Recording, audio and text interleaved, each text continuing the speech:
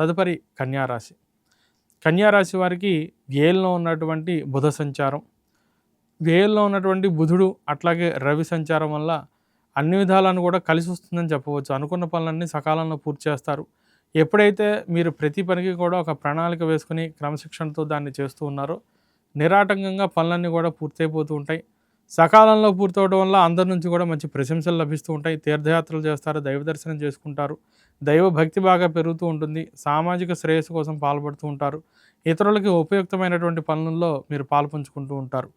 అదేవిధంగా అనుకున్న పనులన్నీ కూడా విజయవంతంగా పూర్తి చేయగలుగుతూ ఉంటారు.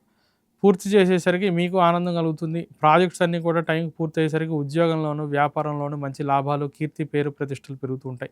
విద్యాభ్యాసం సానుకూలంగా సాగుతూ ఉంటుంది. ఉన్నత విద్యా ప్రయత్నాలు, వ్యాపార ప్రయత్నాలు కూడా బాగా అనుకూలంగా ఉంటూ ఉన్నాయి. నూతన ఉద్యోగ వ్యాపార ప్రయత్నాలు కూడా ఈ వారం విజయవంతంగా పూర్తి చేసుకుంటూ ఉంటారు. వారమంతాను కూడా దైవానుకూలత కొరకు ఇష్టదైవ స్మరణ చేయడం వల్ల మంచి సత్ఫలితాలు కలుగుతూ ఉంటాయి.